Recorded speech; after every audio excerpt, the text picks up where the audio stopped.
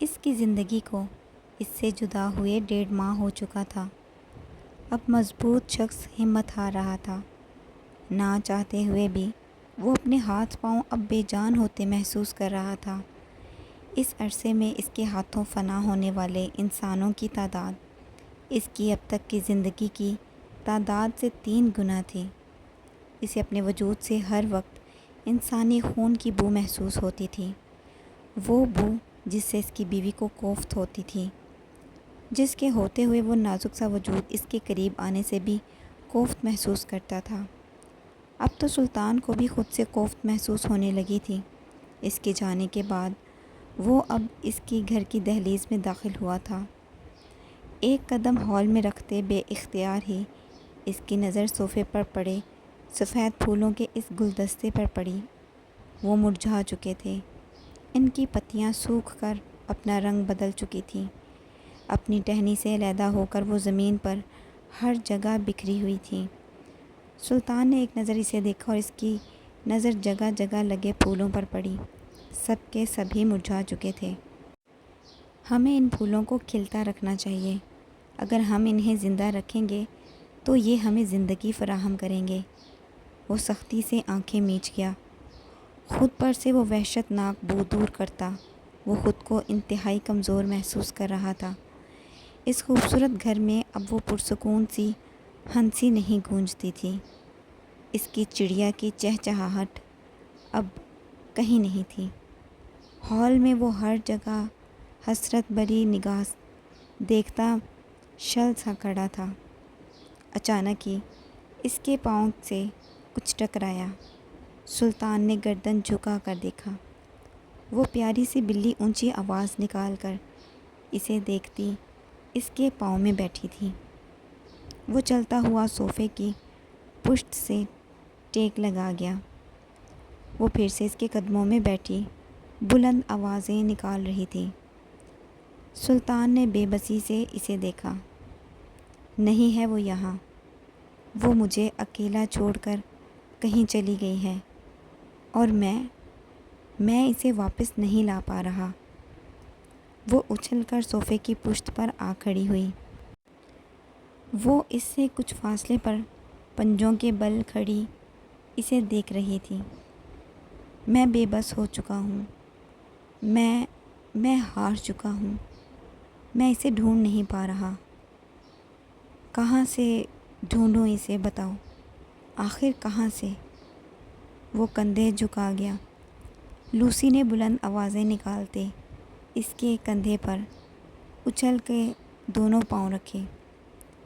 وہ آج اسے خود سے دور نہیں کر رہا تھا، وہ بس اسے دیکھ رہا تھا۔ اس کی بیوی کو وہ پسند تھی۔ وہ اس سے پیار سے سہلاتی تھی۔ جب یہ اس طرح کی آواز نکالے تو تب اسے بھوک لگی ہوتی ہے۔ وہ بول نہیں سکتی، اس لیے اس طرح بتاتی ہے۔ عبدر، آپ اتنا تو سمجھ ہی سکتے ہیں نا؟ وہ مدھر سا خیال اس کے ذہن میں ابھرا اور نہ چاہتے ہوئے بھی وہ کچن کی طرف چل دیا۔ سلطان نے اس کے برتن میں تھوڑا سا دودھ ڈالتے اس کی طرف بڑھایا تو وہ بجلی کی تیزی سے اپنی بھوک مٹاتی بے قابو سی ہوئی۔ نہ جانے وہ کتنے دن سے بھوکی تھی۔ اس کے قریب گھٹنوں کے بل بیٹھا وہ اسے بغور دیکھ رہا تھا، مگر وہ وہاں زیادہ دیر رک نہ سکا۔ اسے وہاں ایک عجیب سی گھٹن محسوس ہو رہی تھی۔ اس سکون دہ آشیانے میں جہاں داخل ہوتے ہی اس کی ساری تھکن اور پریشانی اس گھر کی دہلیز پر ہی رہ جاتی تھی، آج وہاں اس ویرانے میں اسے ایک جان لیوا گھٹن محسوس ہو رہی تھی جسے زیادہ دیر وہ برداشت نہیں کر پا رہا تھا۔ وہ تیزی سے اس گھر سے باہر نکلا تھا۔ وہ چلتا ہی جا رہا تھا۔ ان ڈھلوان دار گلیوں میں اسے اپنے ساتھ ساتھ چلتی ہوئی وہ روشنی آج دکھائی نہیں دے رہی تھی۔ اس کی ہنسی ہر طرف گونج رہی تھی۔ اور وہ ہنسی اس کے وجود سے آ رہی تھی۔ سلطان کو اپنی سماعتیں شل ہوتی ہوئی محسوس ہو رہی تھیں۔ انجانے میں ہی چلتا چلتا وہ اپنے قدم روک نہ پایا اور گلی کے کونے پر لگی اس فلاور شاپ کے باہر آ رکا۔ وہ نہیں جانتا تھا کہ وہ یہاں کیسے آیا۔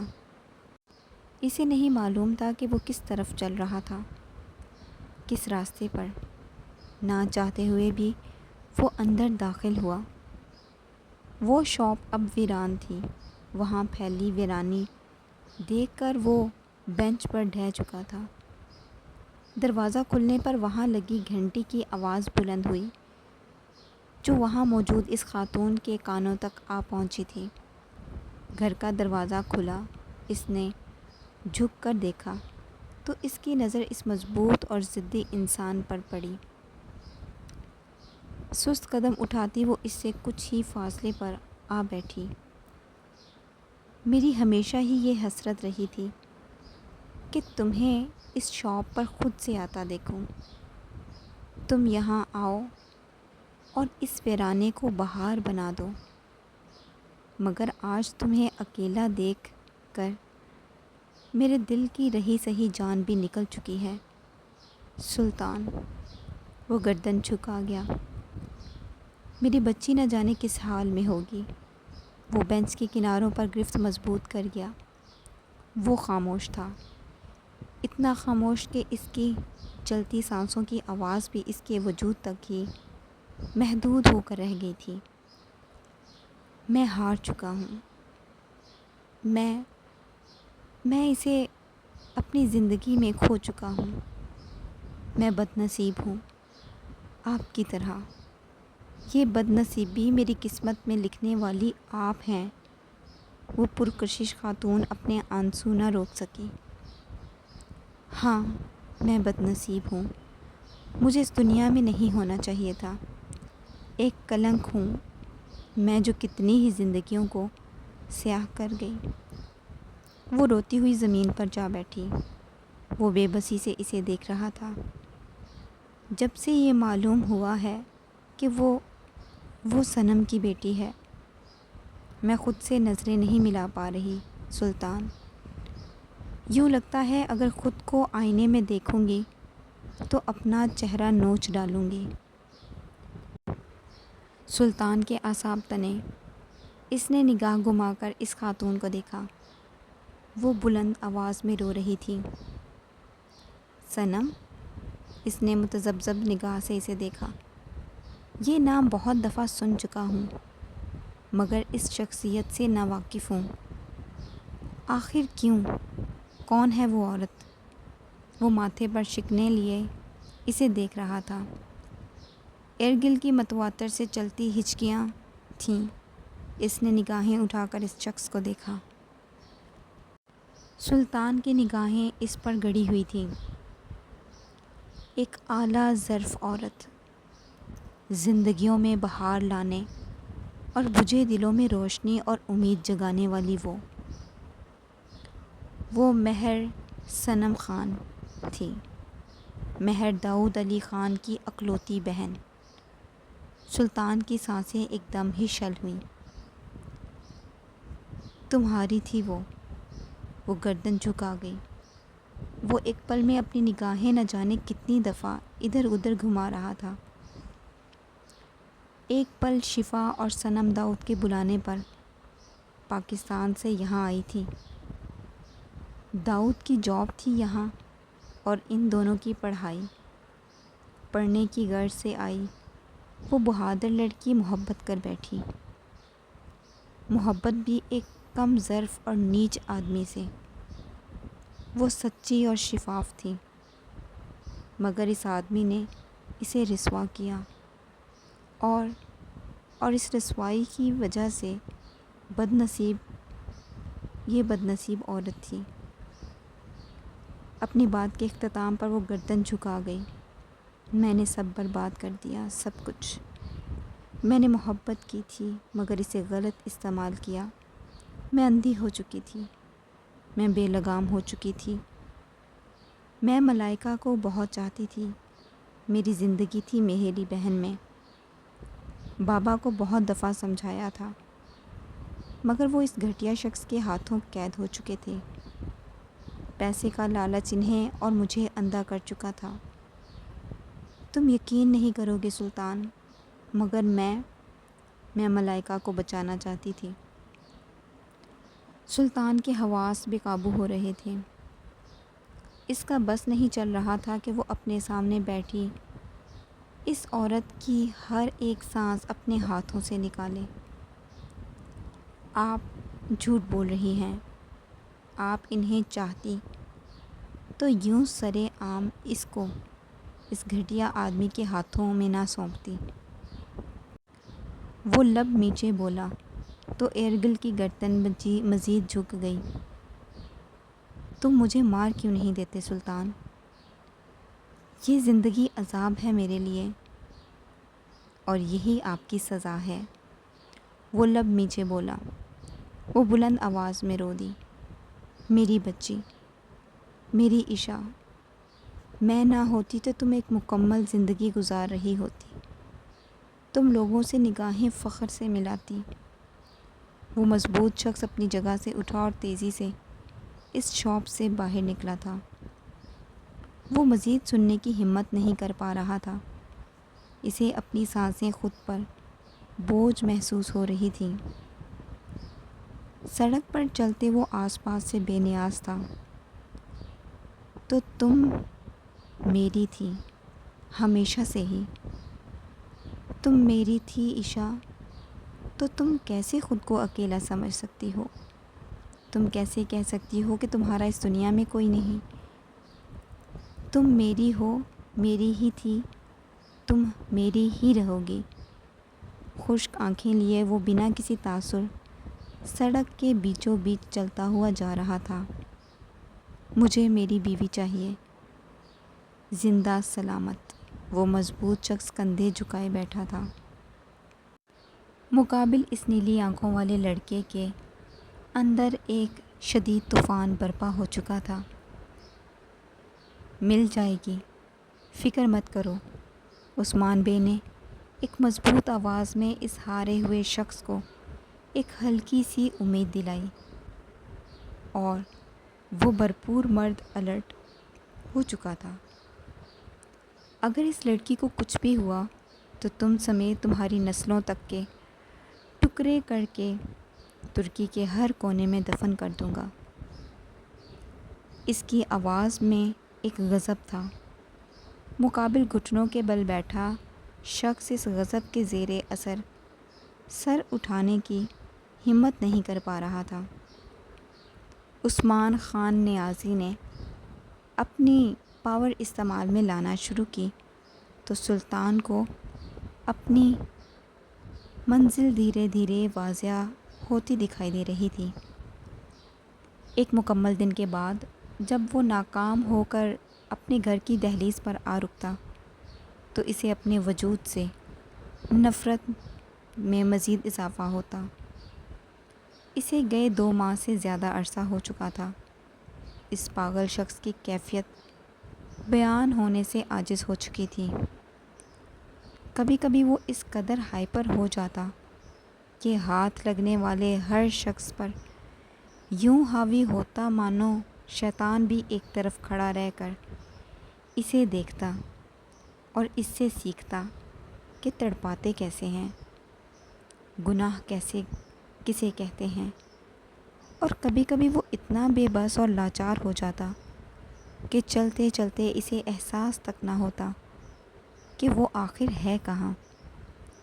گھر داخل ہوتے وہ تیزی سے کمرے میں داخل ہوتا مطلوبہ وارڈروب کی طرف بڑھا۔ کچھ ضروری ڈاکومنٹس نکالے وہ انہیں ایک نظر دیکھ رہا تھا۔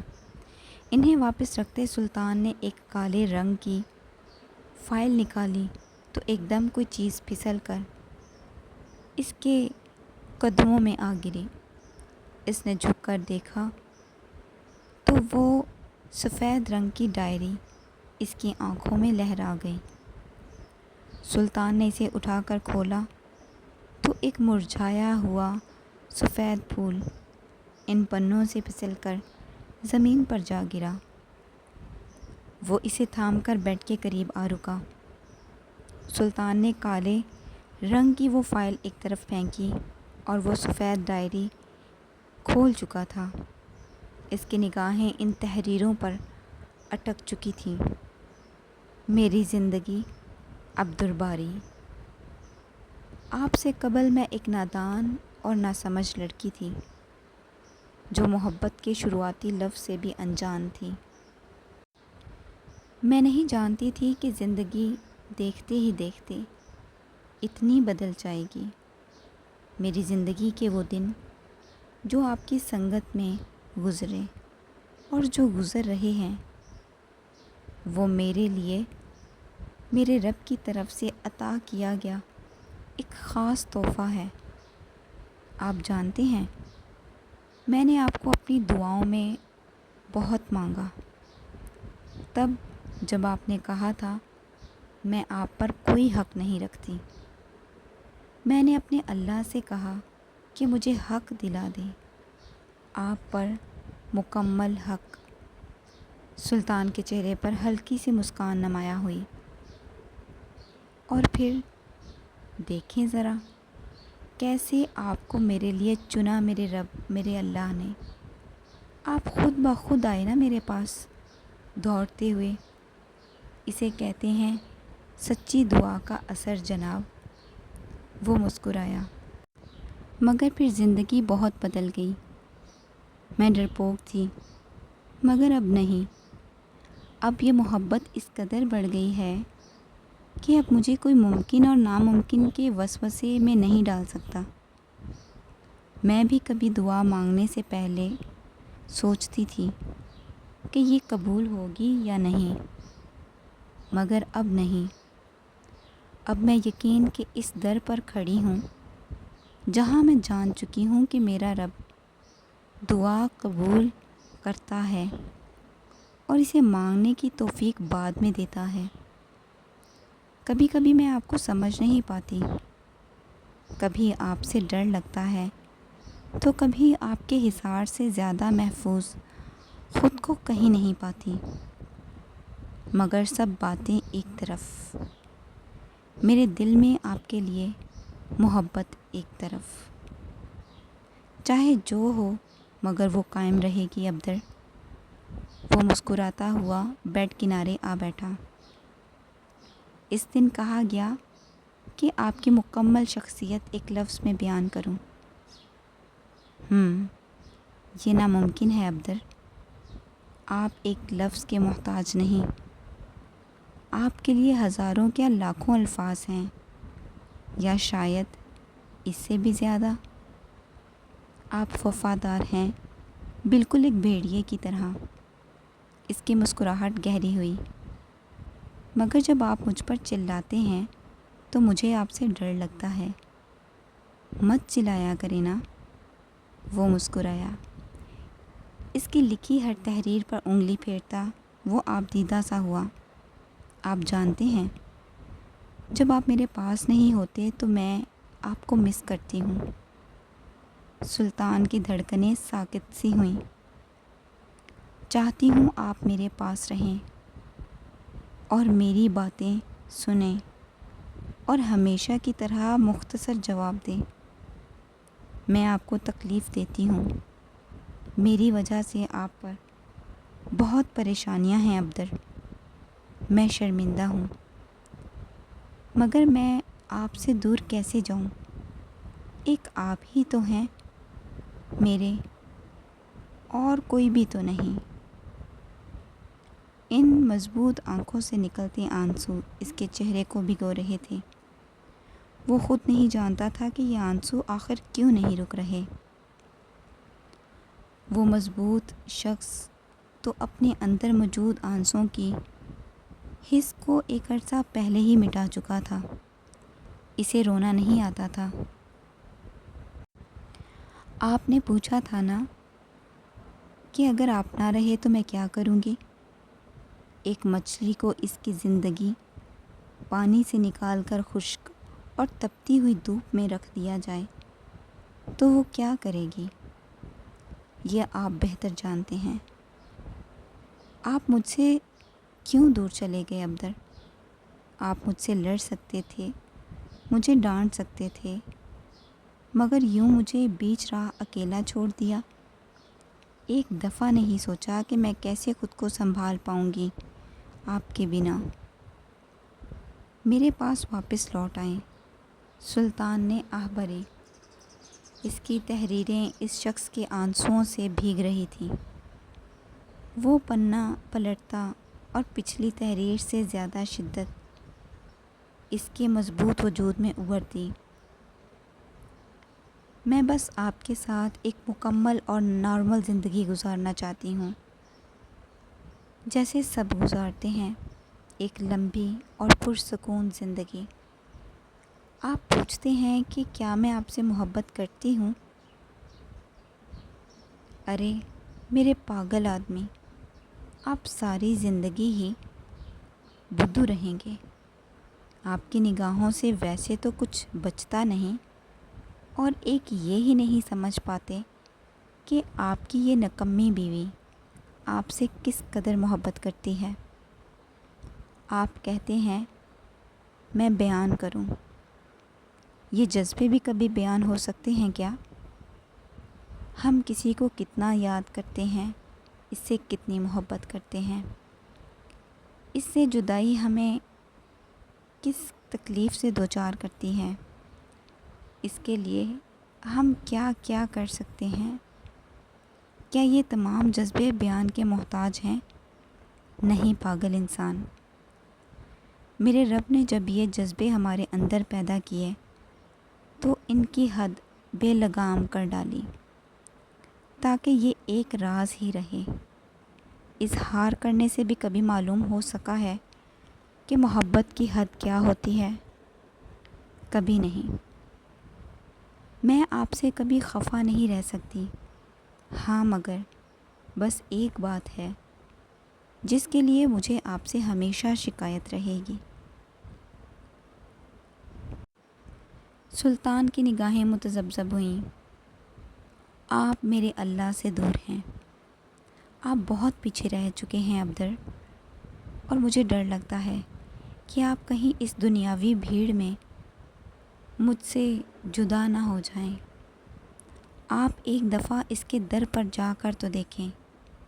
آپ کہتے ہیں آپ میں ہمت نہیں، آپ کا وجود اس قابل نہیں۔ یہ سب ایک جھوٹ اور بے بنیاد وسوسہ ہے جو آپ کو گمراہ کرتا ہے۔ اپنی تمام حدود کو توڑ کر ایک دفعہ اس رب کریم کے در پر جا کر تو دیکھیں۔ آپ کے سبھی سوالوں کے جواب آپ کو تفصیل سے ملیں گے۔ خیر، سب شکایتیں ایک طرف، مگر میرا یہ دل، میری یہ روح ایک انسان سے جڑ چکی ہے، اور وہ انسان میرے لیے اس دنیا کا سب سے بہترین اور اعلیٰ ظرف مرد ہے، اور مجھے اس سے محبت نہیں، مجھے اس سے عشق ہے۔ جانتے ہیں نا، وہی عشق جو نہ مٹتا ہے نہ رکتا ہے، نہ رائے گا جاتا ہے، اور عشق بھی آخری۔ عبدالباری، آپ کی عشا۔ اس مضبوط آدمی کی حد جواب دے چکی تھی۔ وہ تڑپ کر اس کے نام پر لب رکھتا اس ڈائری کے بیچ چہرہ چھپائے بچوں کی طرح رو دیا۔ وہ بے قابو سا ہو رہا تھا۔ وہ کبھی اپنے اندر موجود تکلیف اور کسک کو باہر نہیں لا سکا تھا۔ آج جیسے وہ تمام رکی ہوئی تکلیف، وہ کرب، وہ سب اپنی حدود توڑ کر بہہ نکلا تھا۔ وہ خود پر اپنا اختیار کھو چکا تھا۔ وہ زمین پر آڑا ٹیڑھا پڑا تڑپ رہا تھا۔ میری عشا، تم کہاں چلی گئی ہو؟ آخر کہاں سے ڈھونڈوں تمہیں؟ تم ایک دفعہ لوٹ آؤ، بس ایک دفعہ۔ میں تمہیں اپنے ساتھ کہیں باندھ لوں گا، اتنی مضبوطی سے کہ تم ایک پل بھی میری مرضی کے بغیر ہل نہیں پاؤ گی۔ لوٹ آؤ عشا۔ اس کی بلند ہوتی آوازیں دھیرے دھیرے مدھم ہو رہی تھی۔ کھلے پنے اس کے سامنے پڑے ہوا سے اڑ رہے تھے، جنہیں وہ بار بار پڑھتا، اس کی لکھی تحریروں کو کبھی چھوتا تو کبھی چومتا، اور ہر بار اس کے آنسوؤں کی روانی میں شدت بڑھتی۔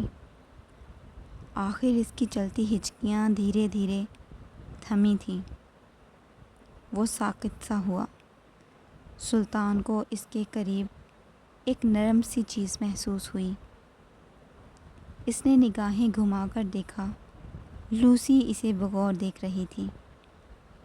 کچھ دیر اسے بنا کسی تاثر کے دیکھنے پر اس نے ہاتھ بڑھا کر اس کی گردن کی پشت پر رکھا۔ سلطان نے دھیرے سے سہلایا تو وہ پرسکون ہوتی گردن سیدھی کیے لیٹ چکی تھی۔ اس سرخ آنکھ سے درد بھرا ایک آنسو ٹپک کر فرش پر آ گرا۔ سلطان نے اس کی ڈائری پر گرفت مضبوط کی۔ وہ اسے سینے میں چھپائے آنکھیں موند گیا۔ تمہیں میرے لیے آنا ہوگا عشا، اپنے ابدر کے لیے۔ تمہیں میرے پاس واپس آنا ہوگا۔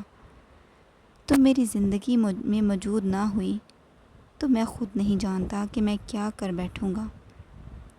اس کی آنکھیں دھیرے سے بند ہوئیں، اور ایک نامعلوم سی حرکت اسے اپنے بالوں میں محسوس ہوئی۔ وہ نازک سی انگلیاں اس کے بالوں میں دھیرے دھیرے حرکت کرتی اسے پرسکون کر رہی تھی، مگر وہ آنکھیں کھولنے کی ہمت نہ کر سکا۔ وہ جانتا تھا کہ اگر وہ اسے دیکھنے کے لیے اپنی آنکھیں کھولے گا تو وہ پرسکون احساس دھواں ہو جائے گا، اور پھر وہ پاگل انسان بے قابو ہو جائے گا۔